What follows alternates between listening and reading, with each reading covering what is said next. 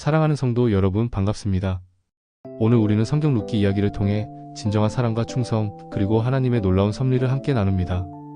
한 가족의 비극으로 시작된 이야기가 어떻게 온 민족의 희망으로 이어지는지, 진짜 사랑과 희생은 어디서 빛을 발할까요? 요즘 우리는 참 많은 것을 잃어버리고 살아갑니다. 가족의 소중함, 신의와 의리, 그리고 어려움 속에서도 흔들리지 않는 믿음. 개인주의가 만연하고 물질만능주의가 우리를 휩쓸고 갈 때 우리는 과연 무엇을 붙잡고 살아가야 할까요? 룻기는 바로 이러한 질문에 대한 따뜻하고 명쾌한 답을 제시합니다. 처음에는 그저 평범한 이야기처럼 보일 수 있습니다. 하지만 시간을 들여 천천히 들여다보면 그 안에 담긴 깊은 의미와 감동의 마음을 빼앗기게 될 것입니다. 두려움이 가득한 시대에 소망과 위로를 주는 이야기가 여기 있습니다. 여러분, 그 길의 끝은 결코 어둡지 않습니다. 저도 처음 룻기를 접했을 때는 그저 아름다운 사랑 이야기 정도로만 생각했습니다. 하지만 말씀을 깊이 묵상하고 그 시대적 배경과 등장인물들의 심정을 헤아려 보니 이 이야기는 단순한 로맨스가 아니었습니다. 절망 속에서도 희망을 찾고 포기하지 않는 믿음으로 어려움을 극복해 나가는 인간의 강인함, 그리고 그 모든 것을 주관하시는 하나님의 섬세한 손길을 발견할 수 있었습니다. 특히 나오미의 고통, 룻의 결단, 보아스의 자비는 제 마음에 깊은 울림을 주었습니다. 그때 배웠습니다. 겉으로 드러나는 성공만이 중요한 것이 아니라 보이지 않는 곳에서 피어나는 진실한 관계와 사랑이 얼마나 귀한 것인지 말입니다. 비밀이 아니라 공개된 사랑, 사람이 아니라 하나님 중심의 삶이 얼마나 큰 열매를 맺는지 말입니다. 그럼 이제 성경 룻기의 세계로 함께 들어가 보겠습니다. 룻기는 사사시대의 혼란스럽고 어두운 배경 속에서 시작됩니다. 당시 이스라엘은 왕이 없어서 각기 자기 소견에 옳은 대로 행하던 시기였습니다. 도덕적으로 영적으로 매우 혼란스러웠던 때였죠. 바로 이런 시대적 배경 속에서 한 가족의 이야기가 펼쳐집니다. 이스라엘의 기근이 심하게 들었습니다. 유다 베들레헴에 살던 엘리멜렉이라는 사람이 있었습니다. 그는 아내 나오미와 두 아들 말론과 길론과 함께 모압 땅으로 이주합니다. 생존을 위한 어쩔 수 없는 선택이었죠. 모압은 이스라엘의 동쪽에 위치한 이방 민족의 땅이었고 이스라엘 백성에게는 그리 호의적인 지역이 아니었습니다. 그럼에도 불구하고 살기 위해 고향을 떠나 이방인의 땅으로 향해야 했던 그들의 마음은 얼마나 무거웠을까요? 그런데 그곳에서 비극이 시작됩니다. 엘리멜렉이 죽고 두 아들 역시 모압 여자 오르바와 룻과 결혼한 지 10년 만에 죽고 맙니다. 나오미는 남편과 두 아들을 모두 잃고 이제는 며느리들과 셋만 남게 됩니다. 기근을 피해 떠났던 모압 땅에서 더 큰 고통을 겪게 된 것입니다. 모든 것을 잃은 나오미의 절망감은 얼마나 컸을까요? 그녀의 마음속에는 오직 고통과 슬픔만이 가득했을 겁니다. 사랑하는 가족을 잃은 슬픔, 이방 땅에서 홀로 남겨진 불안감, 그리고 미래에 대한 막연한 두려움이 그녀를 짓눌렀을 것입니다. 체크 1. 절망 속에서도 희망을 찾는가? 이 세상의 어려움 앞에서 우리는 쉽게 절망하고 좌절합니다. 나오미처럼 모든 것을 잃었을 때 우리는 과연 어디에서 소망을 찾아야 할까요? 하나님을 향한 믿음을 끝까지 지킬 수 있을까요? 나오미는 모든 것을 잃고 깊은 절망에 빠졌지만 그녀는 결국 고향 땅 베들레헴으로 돌아가기로 결심합니다. 그녀의 결정 속에는 아직 작은 희망의 불씨가 남아 있었던 것입니다. 비록 그녀의 입에서는 탄식과 슬픔의 고백이 터져나왔지만 그래도 익숙한 고향 땅으로 돌아가겠다는 의지 자체가 미약하나마 새로운 시작을 향한 발걸음이었음을 기억해야 합니다. 나오미는 고향으로 돌아가기로 결심하고 두 며느리에게는 각자의 집으로 돌아가라고 권합니다. 내 딸들아, 너희는 각기 너희 어머니의 집으로 돌아가라. 너희가 죽은 자들과 나를 선대한 것 같이 여호와께서 너희를 선대하시기를 원하며 여호와께서 너희에게 허락하사 각기 남편의 집에서 위로를 얻게 하시기를 원하노라. 그녀는 며느리들의 앞날을 진심으로 걱정했습니다. 오르바는 나오미에게 입맞추며 떠나지만 룻은 달랐습니다. 룻은 나오미를 떠나지 않겠다고 굳게 결심합니다.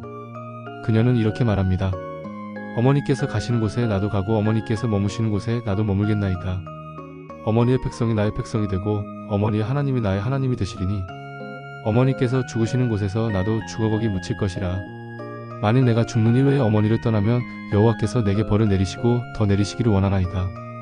이 말은 룻의 깊은 사랑과 충성심 그리고 결단력을 보여줍니다. 그녀는 시어머니를 향한 효심뿐만 아니라 이스라엘의 하나님을 향한 믿음까지 고백하고 있는 것입니다. 그녀는 이방 여인으로서 알지 못하는 땅으로, 알지 못하는 백성에게로 향하는 용기 있는 발걸음을 내딛습니다. 이는 당시 시대 상황에서 이방인 여성이 취할 수 있는 가장 어렵고도 희생적인 선택이었습니다. 모든 안정과 익숙함을 버리고 오직 사랑과 믿음으로만 나아가는 룻의 모습은 우리에게 깊은 감동을 줍니다. 체크 2. 진정한 사랑과 충성을 지키는가? 우리의 삶 속에서 우리는 과연 룻과 같은 진정한 사랑과 충성을 보여줄 수 있을까요? 내가 사랑하는 사람을 위해, 내가 믿는 신념을 위해 얼마나 헌신할 수 있을까요? 룻은 말로만 사랑을 고백한 것이 아니라 그 말에 자신의 삶을 던지는 놀라운 행동을 보여주었습니다. 그녀의 결단은 단순히 한 시어머니를 위함이 아니라 더 큰 하나님의 섭리 안에서 이루어진 위대한 선택이었습니다. 나오미와 룻은 함께 베들레헴에 도착합니다. 고향 사람들은 나오미를 보고 놀라워하며 이 사람이 나오미냐?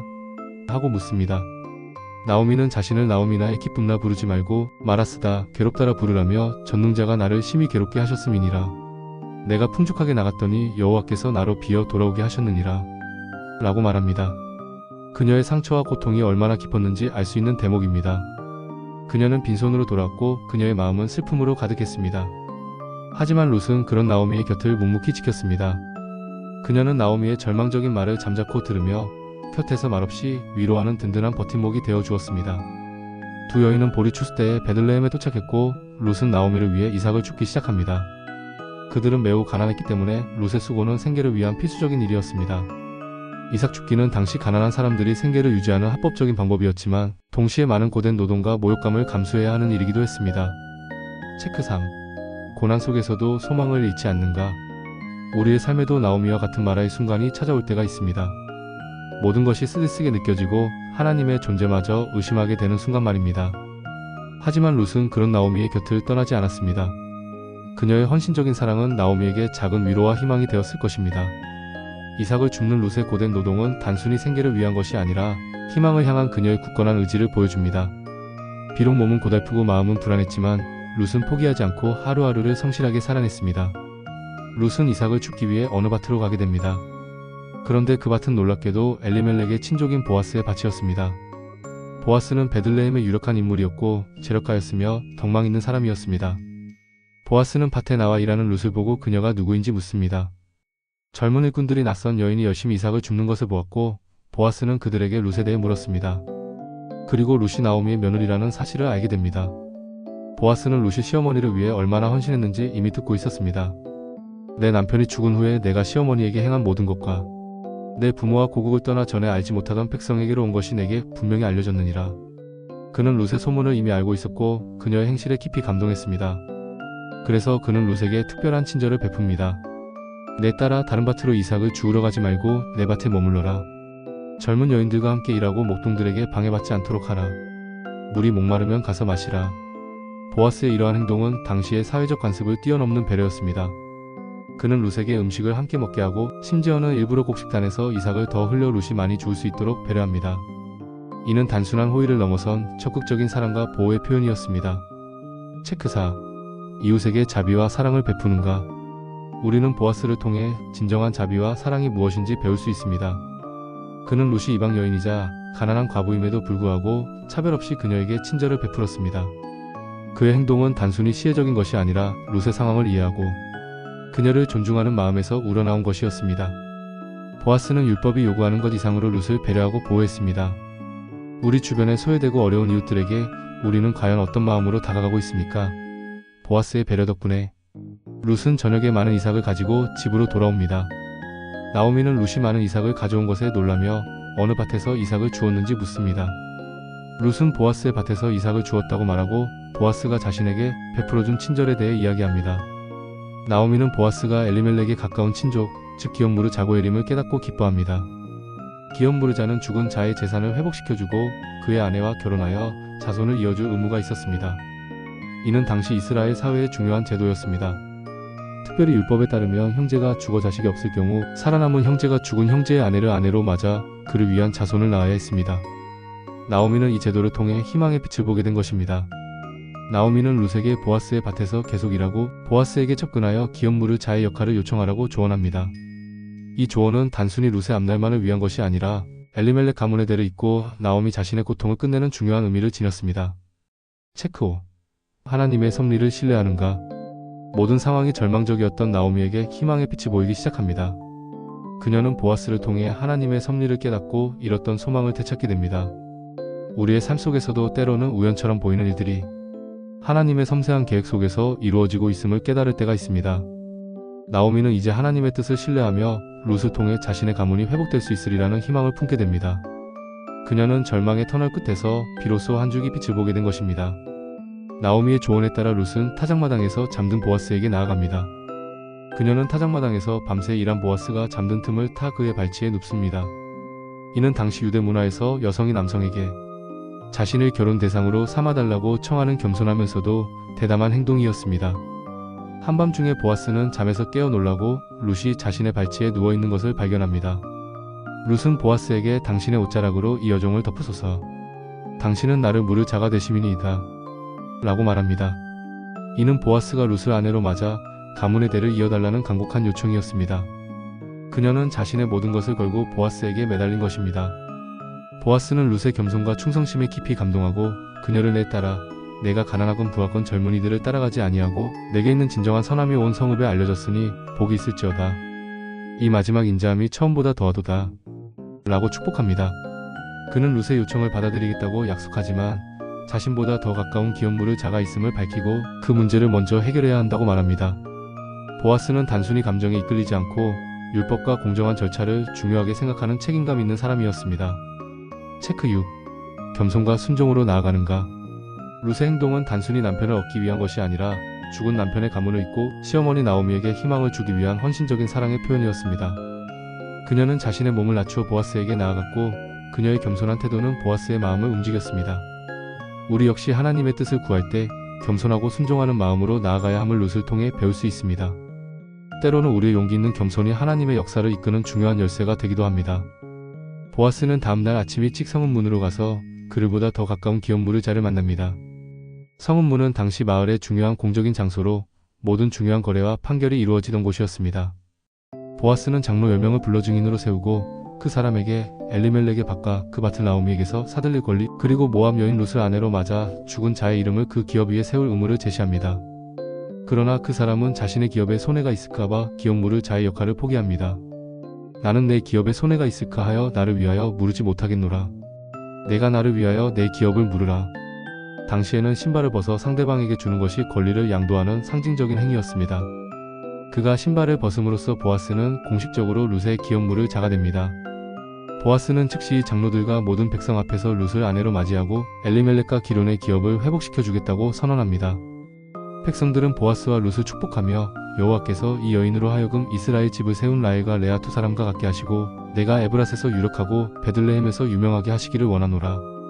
여호와께서 이 젊은 여인으로 말미암아 내게 자손을 주사 내 집이 다말을 유다에게 낳아준 베레스의 집과 같게 되기를 원하노라. 라고 말합니다. 이 축복은 단순히 개인의 행복을 넘어 이스라엘 공동체의 번영과 하나님의 약속 성취를 염원하는 것이었습니다. 체크 7. 하나님의 공의와 사랑을 실천하는가? 보아스는 모든 절차를 공정하고 투명하게 처리했습니다. 그는 자신의 이익만을 쫓지 않고 하나님의 율법과 사회적 책임을 다했습니다. 그의 행동은 하나님의 공의와 사랑을 실천하는 모범적인 모습이었습니다. 우리는 과연 보아스처럼 정직하고 공정하게 삶을 살아가고 있습니까? 보아스의 헌신은 단순히 룻과 결혼하는 것을 넘어 한 가문을 회복시키고 더 나아가 이스라엘의 역사에 큰 영향을 미치는 위대한 일이었습니다. 결국 룻과 보아스는 결혼하여 아들을 낳습니다. 나오미는 이 아이를 품에 안고 기뻐합니다. 이웃 여인들은 나오미에게 여호와를 찬송할지로다. 오늘 내게 기업물을 자가 없지 아니하게 하셨도다. 이 아이의 이름이 이스라엘 중에 유명하게 되기를 원하노라. 그는 내 생명의 회복자이며 내 노년의 봉양자가 될지라. 곧 너를 사랑하며 일곱 아들보다 귀한 내 며느리가 낳은 자로다. 라고 말합니다. 그들은 이 아이가 나오미의 생명의 회복자이며 노년의 봉양자가 될 것이라고 축복합니다. 이 아이의 이름은 오벳으로 지어졌고 오벳은 이새의 아버지가 되고 이새는 다윗 왕의 아버지가 됩니다. 이로써 룻은 이방 여인임에도 불구하고 예수 그리스도의 촉보에 오르는 영광스러운 여인이 됩니다. 절망 속에서 시작된 이야기가 하나님의 놀라운 섭리 속에서 희망과 축복으로 마무리되는 것입니다. 한 가족의 비극적인 서사시가 민족의 역사를 바꾸는 위대한 서사시로 변모한 것입니다. 체크 8. 하나님의 놀라운 섭리를 경험하는가? 룻기의 결말은 우리에게 깊은 희망을 줍니다. 아무리 절망적인 상황이라 할지라도 하나님께서는 당신의 계획과 섭리 속에서 모든 것을 합력하여 선을 이루십니다. 룻은 이방 여인이라는 한계를 뛰어넘어 하나님의 구원 계획에 동참하는 위대한 인물이 되었습니다. 우리는 과연 우리의 삶 속에서 하나님의 놀라운 섭리를 얼마나 신뢰하고 있습니까? 우리의 작은 믿음과 순종이 얼마나 큰 결과를 낳을 수 있는지 룻기는 우리에게 가르쳐줍니다. 이 작은 이야기를 통해 우리는 무엇을 배울 수 있을까요? 나오미의 절망, 룻의 충성, 보아스의 자비는 오늘 우리에게도 큰 울림을 줍니다. 우리는 삶 속에서 고통과 상실을 경험할 수 있습니다. 그때 우리는 나오미처럼 절망할 수도 있습니다. 하지만 룻처럼 믿음과 사랑으로 헌신하며 나아갈 때 우리는 보아스와 같은 하나님의 예비된 사람을 만나게 될 것입니다. 그리고 그 모든 것을 통해 하나님께서는 당신의 놀라운 계획을 이루어 가실 것입니다. 우리에게도 룻과 보아스처럼 진정한 사랑과 희생의 열매가 맺히기를 소망합니다. 이 이야기의 중심에는 무엇이 있나요? 예수님은 오래전에 이미 말씀하셨습니다. 열매로 그들을 알리라. 겉이 아니라 열매를 보아야 합니다. 룻기는 바로 그 열매에 대한 이야기입니다. 개인의 삶 속에서 피어난 작은 사랑과 충성이 어떻게 민족의 역사와 구원의 역사에 큰 흐름을 만들어내는지 보여줍니다. 체크 1. 예수 그리스도의 계보와 연결되는가? 룻기는 다윗왕의 조상 이야기를 통해 결국 예수 그리스도의 계보로 연결됩니다. 모든 성경은 결국 예수 그리스도를 향하고 있습니다. 룻기 역시 그분의 오심을 예비하는 중요한 이야기입니다. 이방 여인 룻이 메시아의 족보에 들어갔다는 사실은 하나님의 구원이 모든 민족에게 열려있음을 상징적으로 보여줍니다. 체크 2. 사랑과 헌신의 열매를 맺는가? 룻과 보아스의 사랑은 단순히 개인적인 사랑이 아니라 하나님의 뜻을 이루기 위한 헌신적인 사랑이었습니다. 그들의 삶은 우리에게 진정한 사랑과 헌신의 열매가 무엇인지 보여줍니다. 어떠한 어려움 속에서도 변치 않는 사랑과 신의를 지키는 것이 얼마나 귀한 가치인지 다시금 깨닫게 됩니다. 체크 3. 하나님의 섭리를 보여주는가? 절망 속에서도 하나님은 당신의 계획을 멈추지 않으십니다. 나오미의 고통, 룻의 결단, 보아스의 자비는 모두 하나님의 큰 그림 속에서 이루어졌습니다.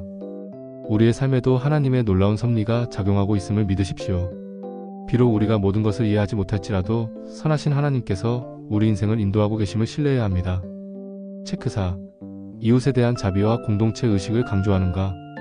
보아스는 율법이 요구하는 것 이상으로 자비와 친절을 베풀었습니다. 이는 이웃을 사랑하고 공동체적 책임을 다하는 모습이었습니다. 우리 사회에도 이러한 자비와 공동체 의식이 필요합니다. 서로를 돌보고 약자를 보듬는 마음이 공동체를 건강하게 만드는 힘이 됩니다. 체크 5. 여성의 역할과 위상을 높이는가? 룻은 당시 사회에서 소외될 수 있는 이방 여인이자 과부였습니다. 하지만 그녀의 믿음과 헌신은 그녀를 위대한 여인으로 만들었을 뿐만 아니라 메시아의 조상이라는 영광스러운 위치에 오르게 했습니다. 성경은 이렇게 연약해 보이는 여성의 역할을 통해 하나님의 큰 역사를 이루어 가심을 보여줍니다. 이것은 오늘날 우리가 여성의 역할을 어떻게 바라보아야 할지에 대한 중요한 교훈을 제시합니다. 우리 삶 속에서 이룻기의 5가지 가르침을 함께 외워봅시다. 예수 그리스도의 계보, 사랑과 헌신의 열매, 하나님의 섭리, 이웃에 대한 자비, 여성의 위상. 가정에서 오늘 예안 이후 점검을 하십시오. 아이들과도 쉽게 할 수 있습니다.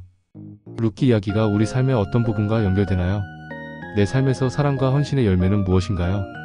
지금 내 주변에 도움이 필요한 나오미나 룻과 같은 이웃은 없는가요? 나는 하나님의 섭리를 믿고 삶을 살아가는가? 우리 사회는 약자에게 자비로운가? 소그룹에서도 매달 10분만 점검합시다. 의심이 들면 혼자 두지 마십시오. 빛으로 가져오십시오. 기록하시고 상담하고 필요하면 도움을 받으십시오. 복음은 두려움이 아니라 자유를 줍니다. 그것은 우리를 억압하는 것이 아니라 진정한 해방을 가져다주는 기쁜 소식입니다. 예수님 안에서 우리는 참된 자유와 평안을 누릴 수 있습니다. 사랑하는 여러분, 룻기는 단순한 이야기가 아닙니다. 절망 속에서도 희망을 찾고 믿음으로 나아갈 때 하나님의 놀라운 계획이 이루어진다는 위대한 메시지입니다. 겉이 아니라 열매를 보십시다. 사람이 아니라 하나님을 따릅시다. 이 5가지 진리로 우리 마음과 가정을 지킵시다.